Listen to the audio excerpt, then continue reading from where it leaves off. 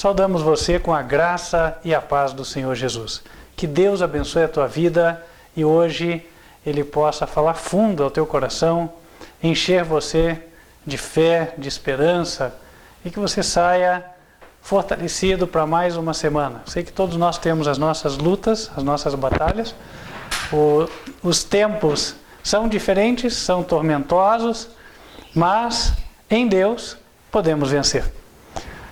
A mensagem de hoje, ela vai tratar dos últimos conselhos de Jesus aos seus discípulos antes dele ser crucificado. E também ela encontra um paralelo nos nossos dias. Nós podemos entender essas palavras de Cristo como os últimos conselhos para nós também. Nós que estamos vivendo nos últimos dias da história da Terra. Os tempos ainda são de paz, os tempos que nós vivemos, mas os rumores de guerra estão se alastrando por aí. Os jornais falam bastante sobre isso. E como é que nós podemos estar preparados em boas condições? É o que nós vamos ver hoje.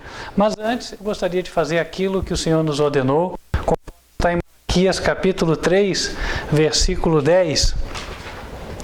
Ali o Senhor diz: trazei todos os dízimos à casa do tesouro, para que haja mantimento na minha casa, e fazei prova de mim, diz o Senhor, se eu não vos abrir as janelas do céu, e não derramar sobre vós uma bênção tal, que dela vos advenha a maior abastança. E por causa de vós, repreenderei o devorador, para que não vos consuma o fruto da terra, e a vide no campo não vos será estéril, diz o Senhor dos Exércitos.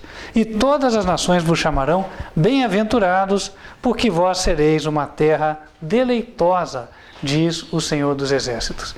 Deus prometeu a cada um de nós uma bênção se nós formos fiéis no programa que Ele estabeleceu dos dízimos e ofertas. Por outro lado, Ele espera que esses recursos sejam devidamente administrados, de forma que a igreja seja efetivamente considerada a casa do tesouro. Aqui é dito que esses recursos servem para que haja mantimento na sua casa. E o que é o mantimento? No Evangelho de João, capítulo 6, o Senhor Jesus, no verso 48, disse: eu sou o pão da vida.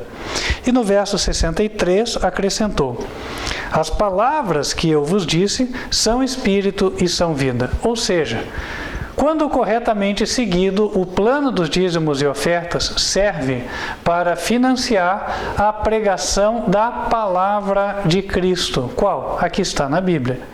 Não misturada com filosofias, com opiniões das pessoas, porque nós sabemos, né? Infelizmente, ou até felizmente, em certo sentido, as mentes dos homens, elas variam, né? Cada pessoa tem o seu pensamento. Então, já pensou se existisse uma igreja para cada espécie de pensamento? Então, cada pessoa seria uma igreja, né? E cada um apontaria para um lado. A Bíblia, ela tem um norte. É esse que deve ser exposto diante das pessoas. E o programa de dízimos e ofertas, ele vem justamente para financiar este trabalho. Você que nos assiste, talvez não conheça o Ministério Quarto Anjo Advertência Final. Eu acho que vale a pena falarmos um pouquinho da obra que é desenvolvida aqui. Temos procurado levar avante esta comissão do Senhor de várias formas. Uma delas é através do material impresso, esse que sempre já está pago pelos dízimos e ofertas que são enviados. Eu tenho alguns exemplos aqui de folhetos, mas existem outros títulos, você pode entrar em contato, solicitar. São títulos desenvolvidos para cada ocasião diferente.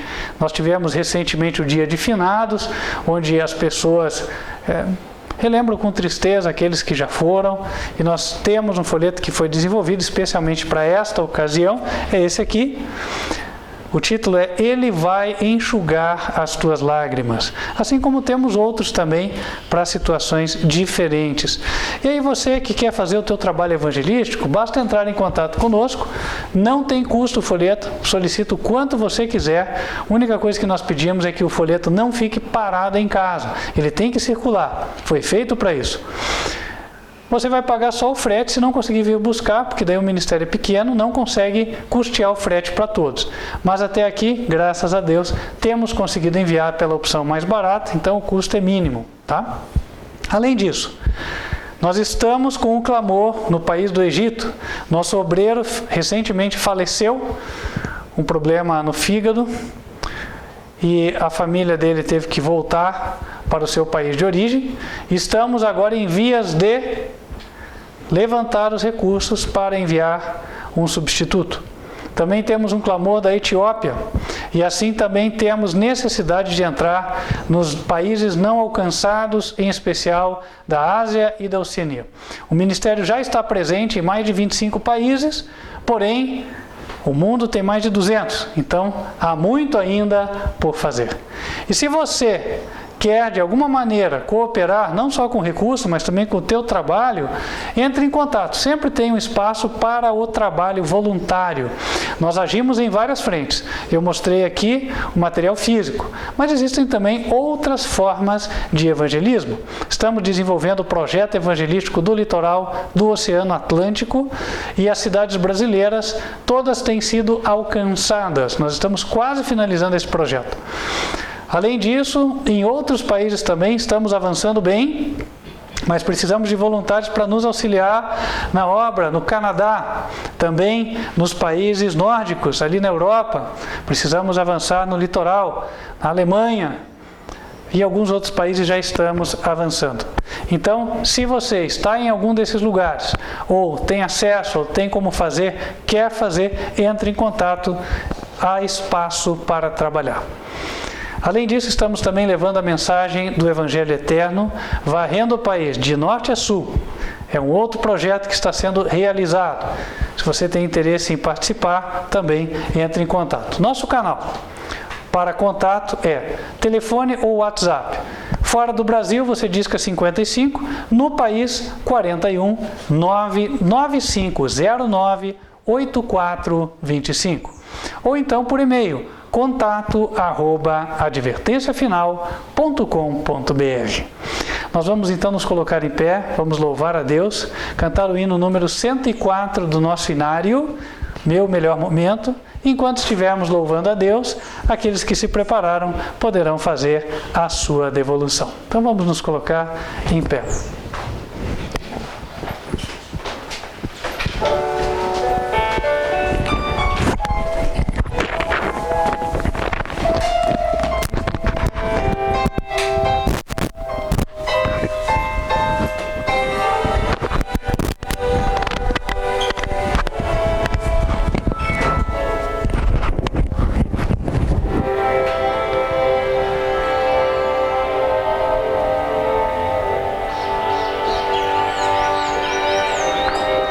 Meu melhor momento foi quando com Cristo tive um encontro que jamais esquecerei. Da vida cansado no mundo perdido, então a sua doce voz eu escutei.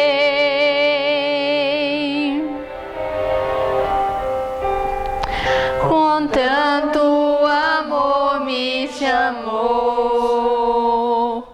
amor que eu jamais fiz por merecer. Quando ele me disse assim: vinde a mim, se estás cansado, eu te aliviarei.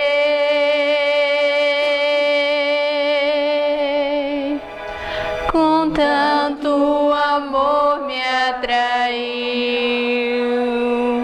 com tanto amor que eu não resisti.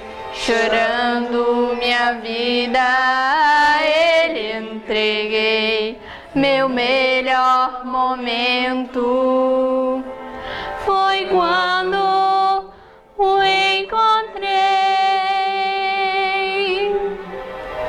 Meu melhor momento. Amém. Vamos nos colocar de joelhos e falar com Deus.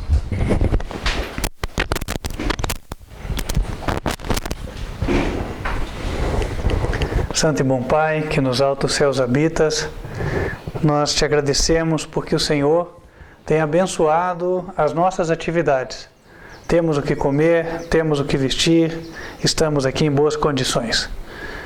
Pedimos ao Pai que continues abençoando o teu povo, cada um dentro do que precisa.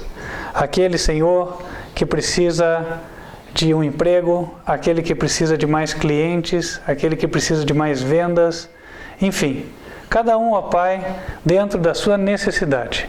Dê a cada um segundo a capacidade que o Senhor conferiu de administrar. E assim, ó Pai, que para ninguém haja falta. Pedimos que abençoe também as contribuições que foram trazidas à tua casa do tesouro. Dê, Senhor, sabedoria aos administradores, para que possam fazer tudo no temor do Senhor, sabendo que hão de prestar contas, e principalmente movidos pelo amor a Ti e às almas que não conhecem a mensagem. Guia-nos agora, ó Pai, nesta segunda hora, venha falar conosco, toca os nossos corações e aproxima-nos de Ti. Em especial, que o Senhor venha me usar, e não seja eu, mas que seja o Senhor Jesus a falar por meu intermédio e instruir o Teu povo. Pedimos estas bênçãos em nome de Cristo Jesus. Amém. Amém. Bom, vou colocar o título da mensagem aqui. As últimas instruções de Jesus.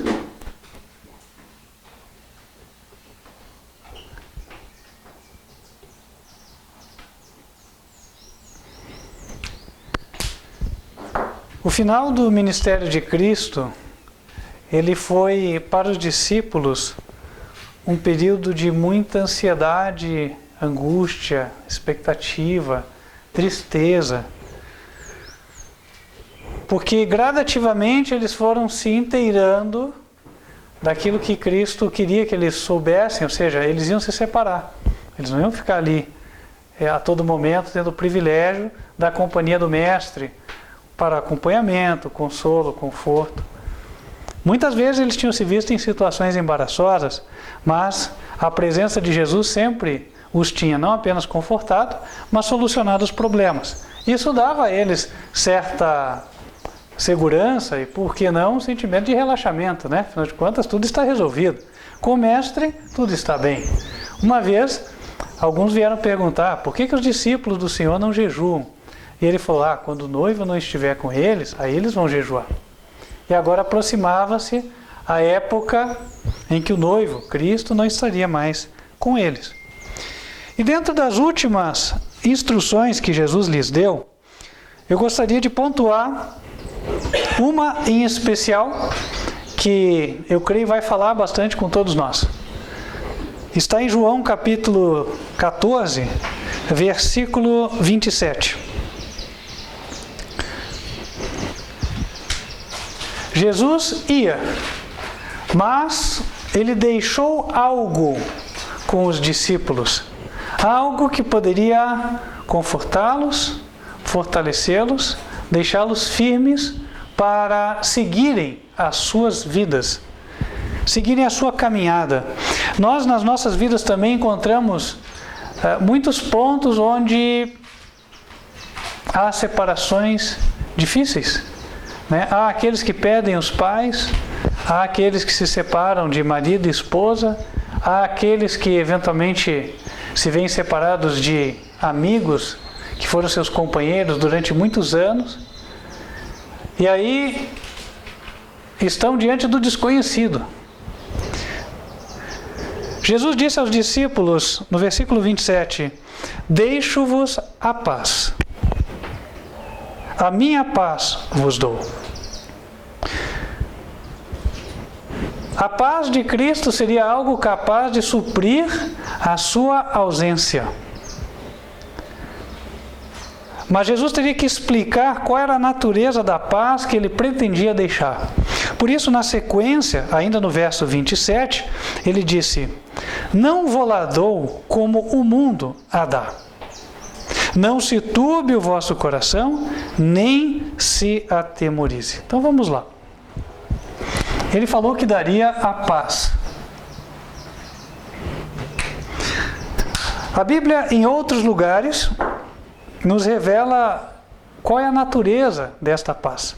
Ele diz que essa paz não nos é dada como o mundo dá. E como é que há paz no mundo? No mundo, via de regra, cada um tem os seus próprios interesses, não é assim? E cada um quer fazer a sua própria vontade, quer obter a sua vantagem. E para que haja uma certa harmonia, deve haver o quê? Um acerto político, literalmente isso. Quer dizer, alguém abre mão de alguma coisa ou por hora deixa isso ali para a gente conseguir conviver ou obter aquele objetivo ali. Fica claro isso na época de eleição, né? Então, até 4 anos ou 2 anos antes, as pessoas estavam um falando mal do outro, mas daí de repente chegou a hora da eleição, um vê, eu carrego 20 mil votos, o outro eu carrego 40 mil.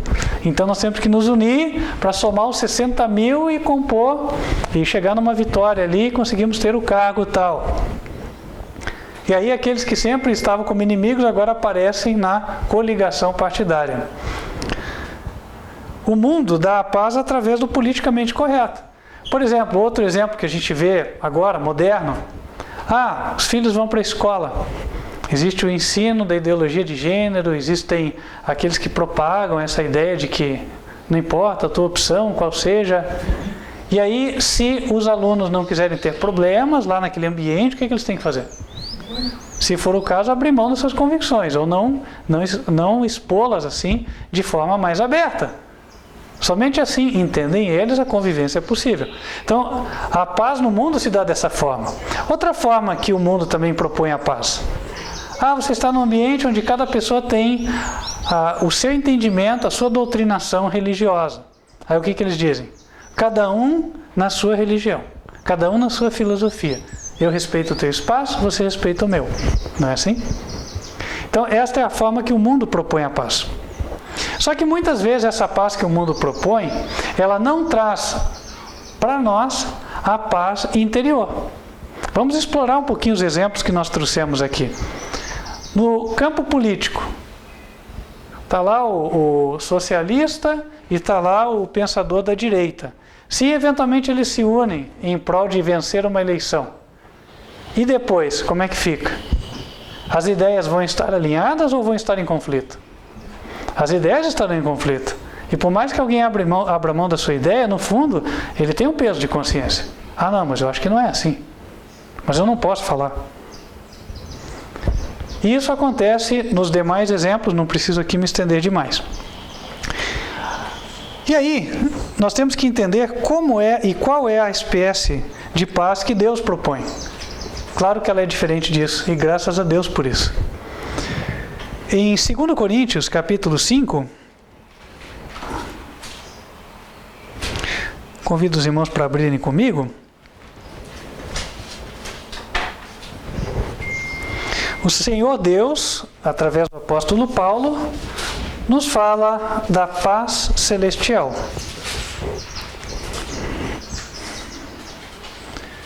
Verso 18.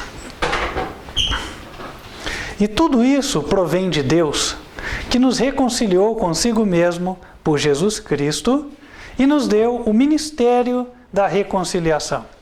Isto é, Deus estava em Cristo reconciliando consigo o mundo, não lhes imputando os seus pecados, e pôs em nós a palavra da reconciliação. De sorte que somos embaixadores da parte de Cristo, como se Deus por nós rogasse. Rogamo-vos, pois, da parte de Cristo, que vos reconcilieis com Deus. Então, quando a Bíblia fala de reconciliação da parte de Deus, paz com Deus, ela está falando em primeiro lugar de perdão. Perdão dos nossos pecados. Quem aqui nunca errou? Todos nós erramos. E muitas vezes. Porém, Deus não leva em conta os nossos erros. Inclusive, Ele sacrificou o seu Filho para que nós fôssemos perdoados. E nisso Ele nos deu um exemplo do que está dentro do coração dEle e do que Ele quer que esteja dentro dos nossos corações. Os nossos corações não são como o de Deus. Naturalmente, nós somos inclinados ao ressentimento, à mágoa, ao ódio, à vingança. Só que Deus quer retirar essas coisas e Ele quer colocar a pura paz. E a pura paz vem por meio do perdão. O perdão é algo divino que não está em nós. Somente Deus pode operar dentro das nossas vidas. Ele é um milagre, não é algo natural. Mas aquele que se entrega a Cristo se torna o embaixador da parte de Cristo, falando para que nós nos reconciliemos primeiramente com Deus. Então Deus está entregando uma mensagem para nós da seguinte espécie: olha, tudo bem, você errou, eu não tenho nada contra você, né? Eu perdoo, inclusive eu sacrifiquei meu filho para que você voltasse a ter a paz comigo. E eu espero que você aceite. Faça paz comigo. A paz que Cristo propõe, portanto, ela nada tem a ver com o politicamente correto. Ela não tem a ver com eu esconder as minhas convicções. Ela não tem a ver com eu deixar de manifestar quem eu sou.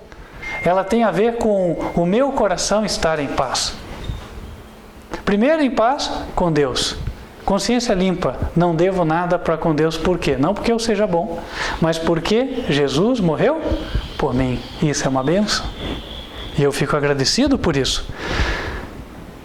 E aí a Bíblia diz que a paz de Cristo, ela excede todo o entendimento. Quer dizer que não é algo que a gente tem experimentado antes. Eu convido vocês para abrirem em Colossenses, livro de Colossenses, é um pouquinho para frente.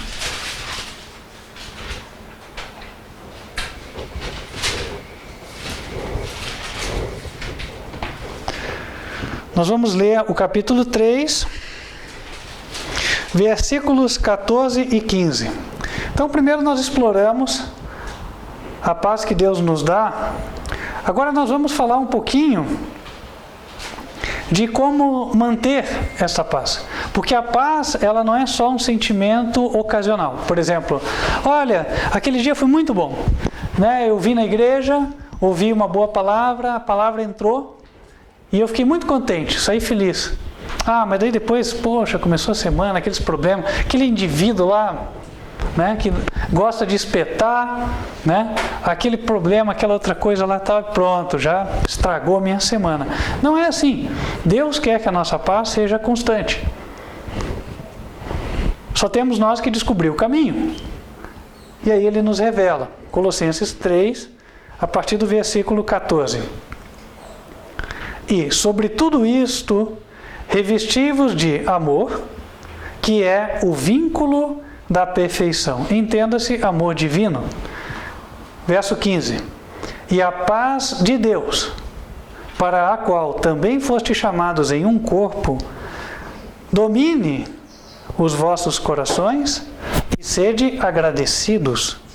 A palavra de Cristo habite em vós abundantemente em toda a sabedoria, ensinando-vos e admoestando-vos uns aos outros com salmos, hinos e cânticos espirituais, cantando ao Senhor com graça em vosso coração. E quanto fizerdes por palavras ou por obras, fazei tudo em nome do Senhor Jesus, dando por Ele graças a Deus Pai. Então ele começa falando do amor divino. O amor divino é aquele que motivou a Deus a dar o seu Filho para morrer pelos nossos pecados. É o amor perdoador. É o amor que busca a paz. É o amor que busca aquilo que realmente vai ficar para sempre. Na sequência, ele fala, olha, que a paz de Deus domine em vossos corações e sede agradecido. Aqui nós já temos uma primeira lição. O ser agradecido nos ajuda muito a manter a paz. eu sempre tenho motivos para agradecer. Problemas, lutas, tribulações, todos têm. Mas não tem nada de positivo na minha vida? Por exemplo, nós aqui. Poxa, nós conseguimos chegar até aqui. E se nós chegamos, estamos vestidos, tomamos banho, né? Estamos alimentados, temos muito motivo para agradecer. Quantas pessoas não têm esse privilégio no mundo hoje? Eu posso aqui, sem medo de errar, falar que 1 bilhão de pessoas, pelo menos, não têm esses privilégios somados. Não tem. Mais da metade da população do mundo não tem o que comer. Estão falando quanta fome está sendo agravada, né? Bilhões de pessoas hoje na situação de fome. Nós não temos esse problema ainda, né? E Deus tem abençoado, que bênção. Então podemos agradecer. Olha, estamos aqui, podemos vir até aqui, tivemos saúde suficiente para chegar. Isso também é uma bênção, correto? E tantas outras. Olha, Deus deu a nós um teto. Mal ou bem nos deu um lar. Ah, tem problema? Toda família tem problemas. Não vai achar uma família que não tem nenhum problema, só no céu. Mas temos um lar. Temos pessoas que se interessam por nós. E tudo isso são bênçãos. E o principal, temos um Deus que nos ama. Então podemos ser agradecidos. E o agradecimento pode se sobrepor aos problemas. Aí está a chave. Porque a paz de Deus deve dominar em nossos corações. Claro que nós temos o inimigo. O que o inimigo faz? O inimigo sempre tem uma boca humana para querer atrapalhar a nossa vida. Né? Então é aquela que vai querer estragar o nosso dia. Falar o que não devia, né, sem pensar às vezes. Mas nós não precisamos nos deixar vencer pelo mal. Nós podemos vencer o mal com o bem. E aí, no versículo subsequente, o 16, Deus nos fala de algumas ferramentas que nos servem para ajudar. Ele fala: a palavra de Cristo habite em vós abundantemente. Qual é a palavra de Cristo? A Bíblia. Então, para manter a paz de coração, aquela paz que ninguém perturba, nós temos de ler a Bíblia. E aí está onde muitos têm falhado. Por quê? Porque hoje, até mesmo entre os professos cristãos, não se lê a Bíblia com regularidade. Não se lê a Bíblia de forma que a palavra de Cristo seja abundante, como aqui está nos sendo aconselhado. Agora, quando nós lemos, Deus enche o nosso coração. Deus nos fortalece. E aí, nós podemos enfrentar a mesma situação, mas com um espírito diverso. A nossa postura diante da situação conta muito. Também diz aqui que a palavra habite, mas habite em toda a sabedoria. Sabe, o ser humano, ele tende muito a ser o esperto, que a gente fala, né? O esperto, o que te faz pensar? É a pessoa que até torce o discurso a favor dos seus interesses, né? Não, mas é porque a Bíblia está dizendo, faça a tua parte que eu ajudarei. Quem não escutou nunca isso, né? Bom, não está na Bíblia, tá? Só para esclarecer, do Gênesis ao Apocalipse, já li. Esse texto aqui a gente não encontra. Mas há quem pega até um verso da Bíblia isolado e fala, não, mas a Bíblia fala isso, ó. Alguma coisa que favorece até uma prática que não é correta. Então, nós não devemos fazer uso da palavra de Deus para justificar o que a gente mesmo sabe não ser certo, tá? Esse não é um correto uso. Deve haver um uso sábio da palavra do Senhor. Então eu devo ler buscando efetivamente aprender, saber o que Deus quer falar para a minha vida e aí sim colocar em prática. Depois, avança, ainda no verso 16, ensinando-vos e admoestando-vos uns aos outros. O que é admoestar? Admoestar é dar conselho, é falar, mas é a palavra para o tempo certo, é a palavra amiga. Qual é a palavra para o tempo certo? Não é o que a pessoa gostaria de ouvir, é o que ela precisa ouvir. O que as pessoas gostam de ouvir é aquela coisa, né? Chegou na festa, nossa, mas como é que você está aí arrumado, né? Está bem bonitão, está bonito e tal. Isso é o que as pessoas gostam de ouvir. Quem não quer ser elogiado? Mas isso é o que as pessoas precisam ouvir? O que é que efetivamente edifica alguém? Qual é o professor que mais beneficia os alunos? Aquele que elogia só os alunos ou aquele que pega firme ali até que a tarefa saia bem feita? Né? Então, note que na nossa vida é assim também. Admoestar significa, a pessoa vem falar, olha, eu estou passando uma situação assim, assim, assim. Aí você sabe que aquilo está acontecendo por causa de uma falha da própria pessoa. Aí o que você vai fazer? Não, fique tranquilo, isso aí com o tempo resolve. É assim? Não vai resolver com o tempo, tem que mudar a atitude. Se a atitude mudar, então as coisas se resolvem. Mas isso precisa ser dito.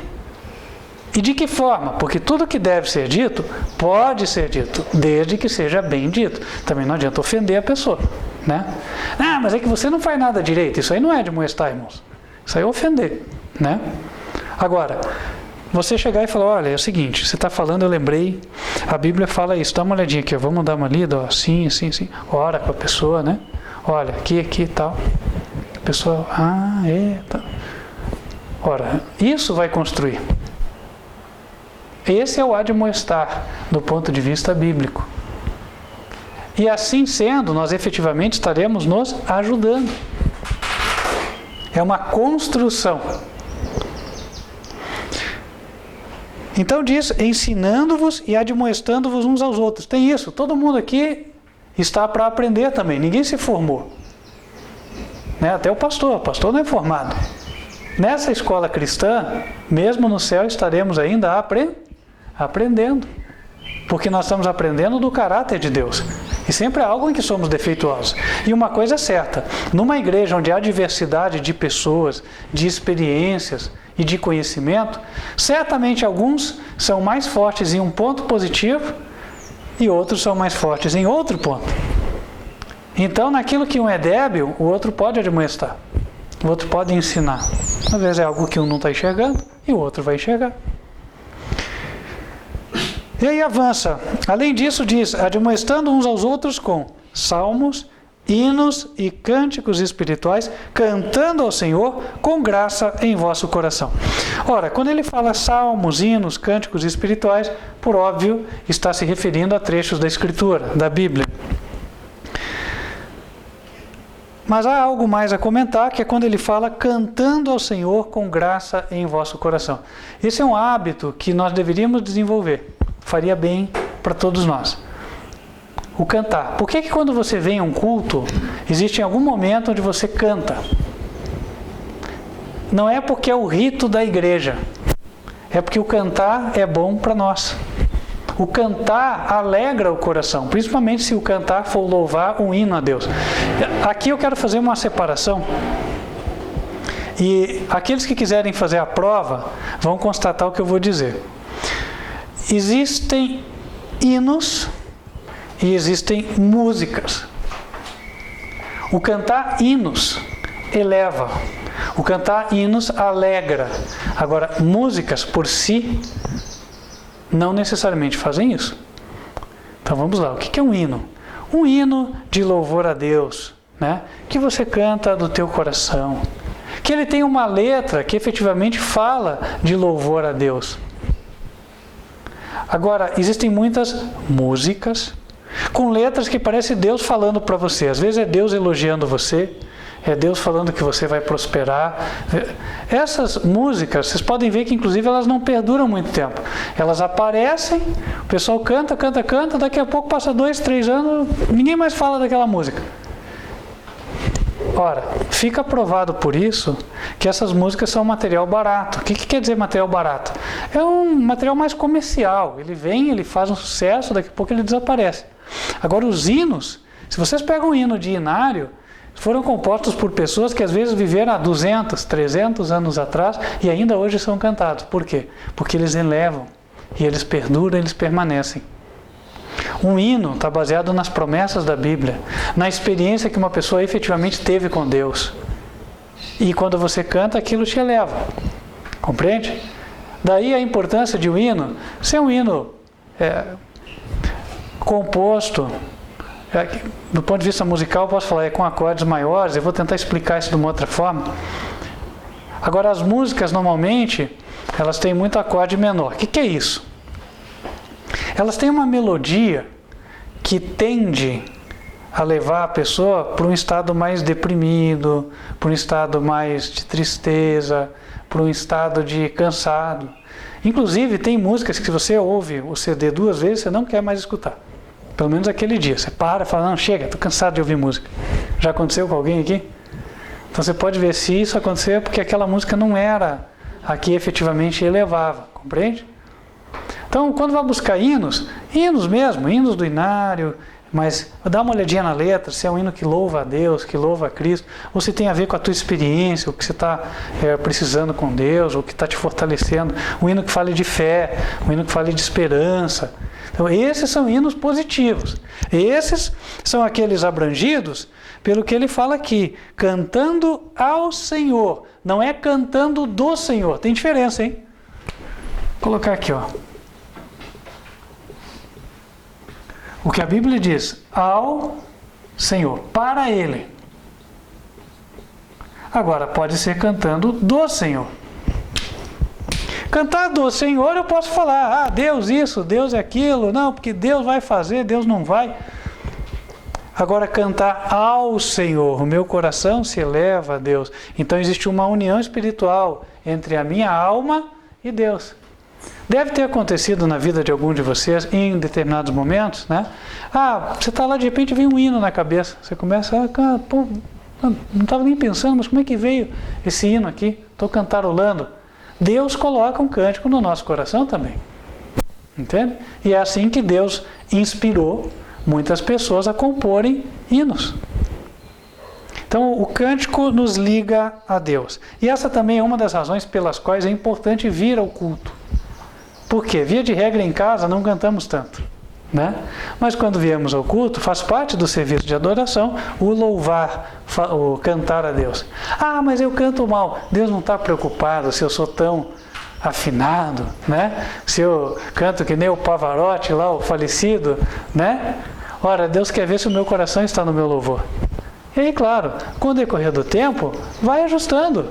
Você pode ver que a pessoa que vai cantando, com o tempo, a voz dela vai entrando nos eixos, certo? Então isso deve acontecer com todos nós. Ninguém precisa dizer, mas eu não tenho talento. Deus não está preocupado em ver se eu tenho talento para cantar para uma multidão de pessoas. O que Ele quer ver é se o meu coração se alegra ao eu louvá-lo. E aí o verso 17, quanto fizerdes por palavras ou obras, fazei tudo em nome do Senhor Jesus, dando por Ele graças a Deus Pai. Ter a preocupação na vida de tudo que vai fazer a vontade do Senhor. Essa é uma guia que a gente pode usar para a nossa vida. Se pautarmos a nossa experiência por isso, as coisas, cedo ou tarde, vão dar certo. Porque a Bíblia, ela tem conselhos de sabedoria. E muitas vezes na nossa vida as coisas não deram certo, foi porque nós mesmos desconhecíamos o conselho, né? Mas quando nós passamos a conhecer, então nós ajustamos e aí as coisas se aprumam. E é o que Deus quer de nós também. E aí sim eu posso explorar o texto que eu até tinha mencionado antes, que é de Filipenses 4, verso 7, onde ele fala, basicamente, expondo um comparativo entre a paz de Deus e a paz que nós conhecíamos. Filipenses 4, versículo 7.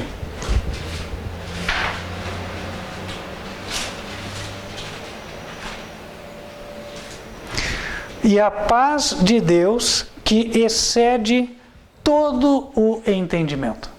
O que é exceder o entendimento? É uma coisa que a mente não alcança. Eu nunca vivenciei, então não sei o que é. Posso tentar saber o que é, mas não consigo.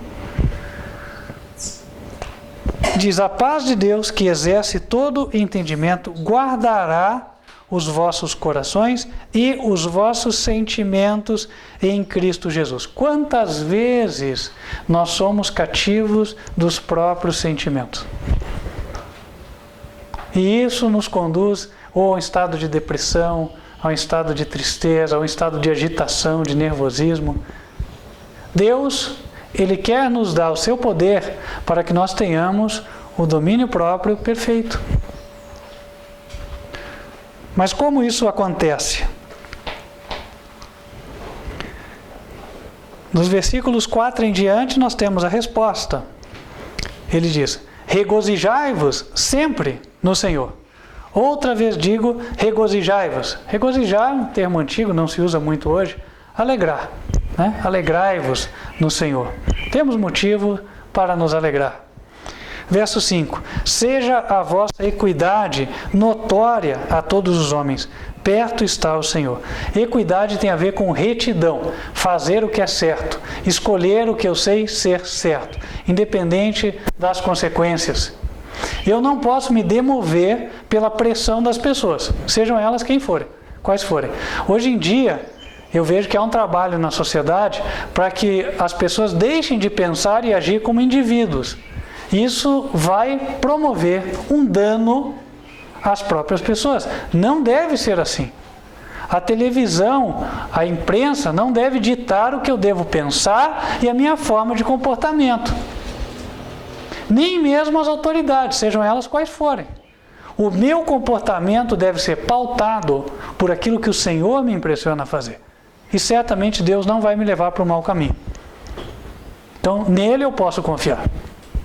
No mais, meus queridos irmãos, nós precisamos pensar e agir como indivíduos independentes. Ser independente não é ser anarquista. Anarquista é aquele que, se há governo, eu sou contra. Né? Se tem governo, eu já estou... Não é assim, o pichador do muro, né? A pessoa que não respeita as regras. Esse não é o verdadeiro libertário, esse está buscando a libertinagem. Hoje eu até vejo, tem gente falando disso. Mas não, se Deus me guia, Ele me guia de tal forma que cedo ou tarde as pessoas vão olhar e falar: poxa, esse fulano aí é exemplo, hein? É assim. Porque a palavra de Deus, ela nos leva à perfeição do comportamento. Então, seja a vossa equidade notória a todos os homens. Como é que a retidão de alguém vai ser notória? Ora, quando efetivamente na presença dos demais, ele faz o que é certo. Agora, se é assim, chega lá, está todo mundo fazendo errado, fala: pô, mas você também, você não aprendeu o que é certo? Ah, mas é que eu achei que eles não iam chegar até esse ponto. Tá, mas daí você não falou nada. Desculpe. Então a equidade foi notória? Não, aí houve falta de retidão. Certo? O que deveria ter acontecido? Aí eu vi que estava andando. Gente, isso não é certo. Não, mas nós vamos fazer então. Tá bom, mas eu não vou participar. Então vocês podem ir sozinhos. Eu não vou. Seja a vossa equidade notória a todos os homens. Mas eu fiquei com receio de... Aí nessa hora não importa. Aí essa hora deve-se vencer o medo. Seja quem for que estiver fazendo errado, vale a consciência com Deus.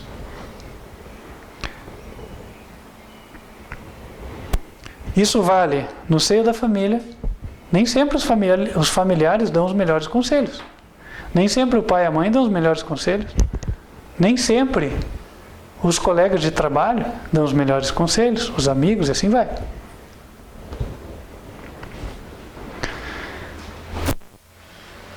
E aqui diz: perto está o Senhor. Uma razão adicional para que nós andemos fazendo o que é certo. Porque quando o Senhor Jesus vier, como é que Ele vai nos encontrar? Deve nos encontrar bem, né? Espero eu. Obedientes, fazendo a sua vontade. Versículo 6. Não estejais inquietos por coisa alguma. Antes as vossas petições sejam em tudo conhecidas diante de Deus pela oração e súplicas com ação de graça. Está aí uma coisa que derruba muita gente. Estar inquieto. O estar inquieto, ele é fruto da ansiedade. A ansiedade, por sua vez, ela tem alguns fatores... Ansiedade. Faltou aqui algumas letras. Oi? Fiquei ansioso aqui. Ansiedade. Está aqui. Perdão. Certinho. Então, a ansiedade. O que a ansiedade faz? A pessoa fica, não, tem que resolver, aí ela não espera e muitas vezes age errado, certo? E por quê? Ora, irmãos, isso nós vemos até na natureza. Se você assistir um documentário de animais, o método de caça do leão. Então, o leão chega, tem uma manada de gnus ali, uma manada de búfalos. O que eles fazem? Tem um dos leões, ou das leoas, né, que são as caçadoras, o leão, infelizmente, não participa tanto. A leoa tem uma que serve só para espalhar o bando. O que ela faz? Gerar medo. Então ela começa a correr, vai para cima do bando, vai, e bota o bando em marcha, até que alguém, um búfalo, um gnu, dispare longe do rebanho. Então o mais ansioso é o que vai morrer.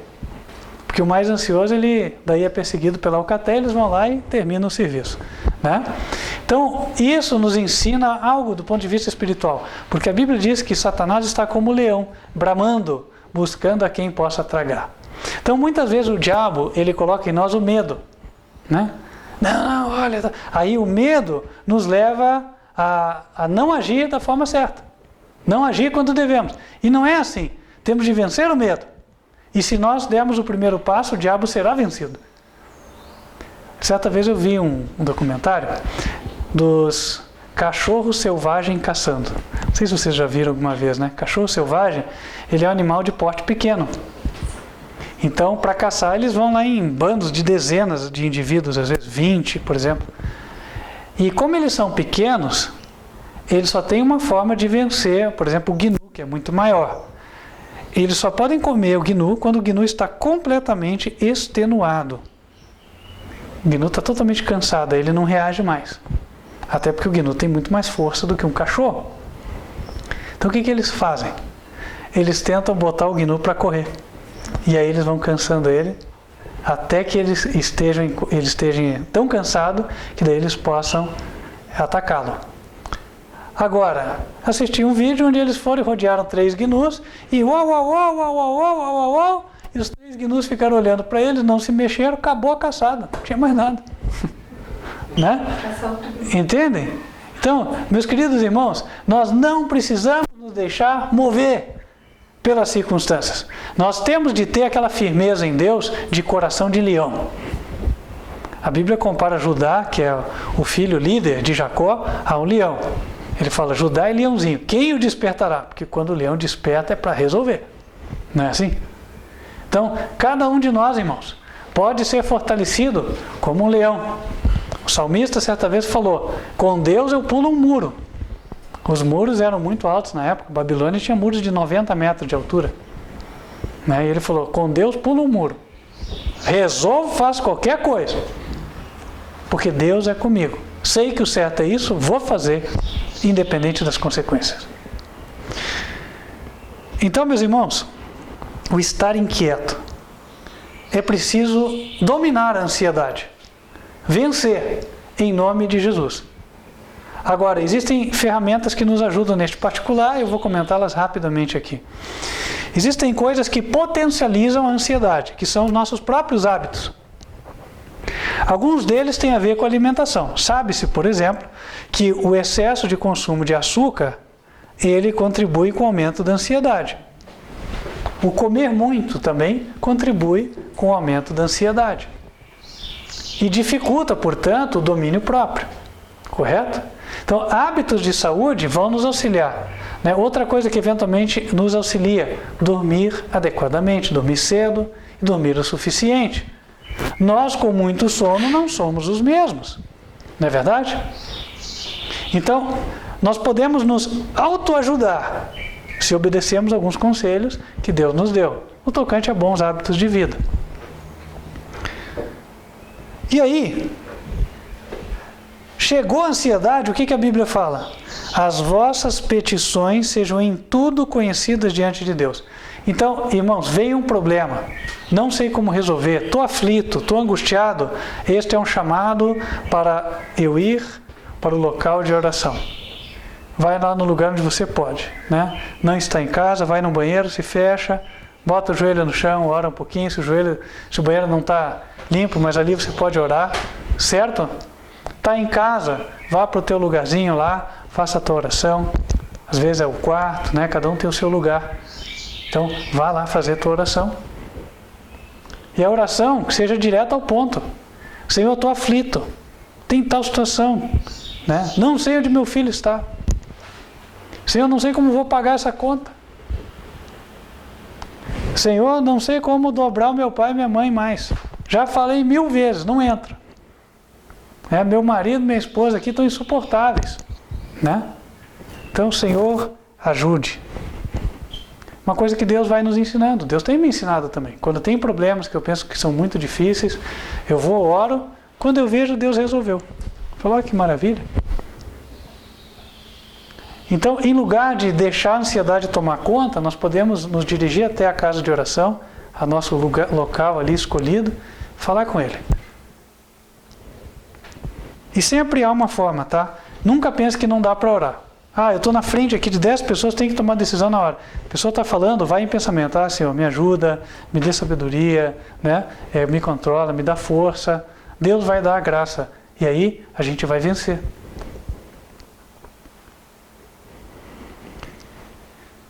Orações e súplicas com ação de graça. Sabe, a oração que tem muita força na presença do Senhor é aquela onde nós não apenas pedimos, mas a gente também agradece.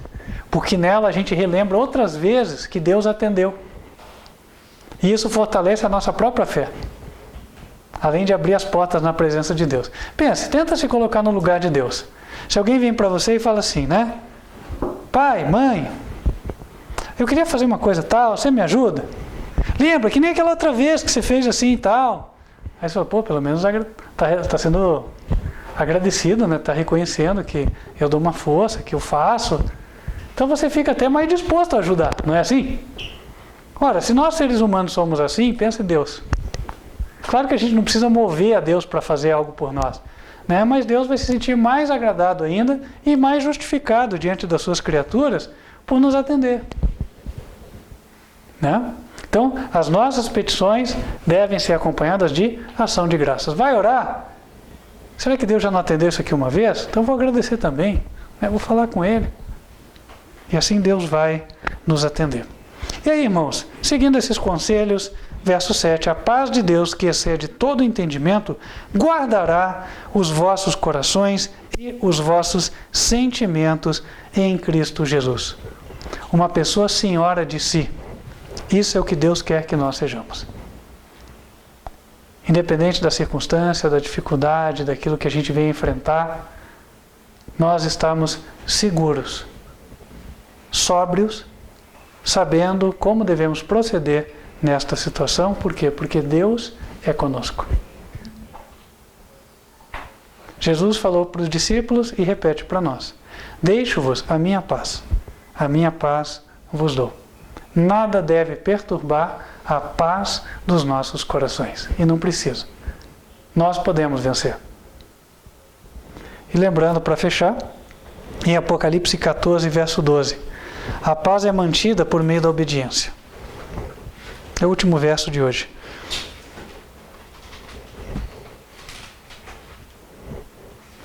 Apocalipse 14, verso 12.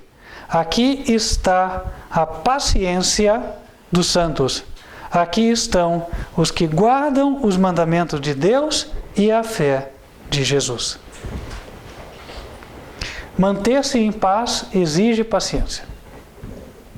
A paz é mantida na obediência a Deus, fazendo aquilo que Ele orientou.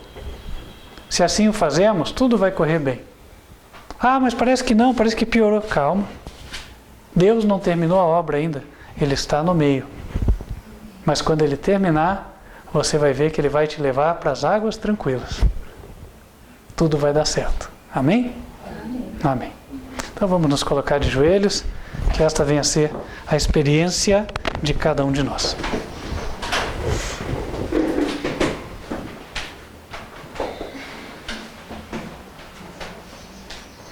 Senhor nosso Pai, que nos altos céus habitas,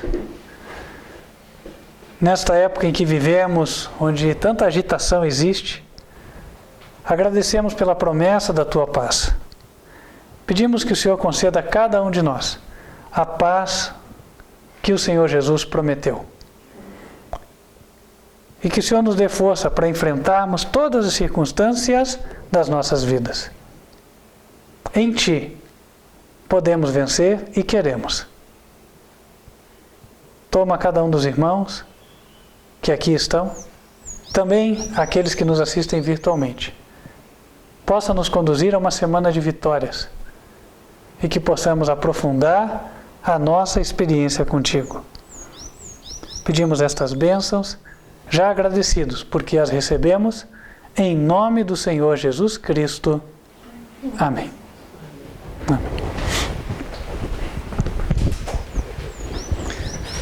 Nós vamos ficando por aqui, mas você que nos assiste pode nos acompanhar através do nosso site, advertenciafinal.com.br. Lembrando que as transmissões ocorrem aos sábados, sempre em 2 horários.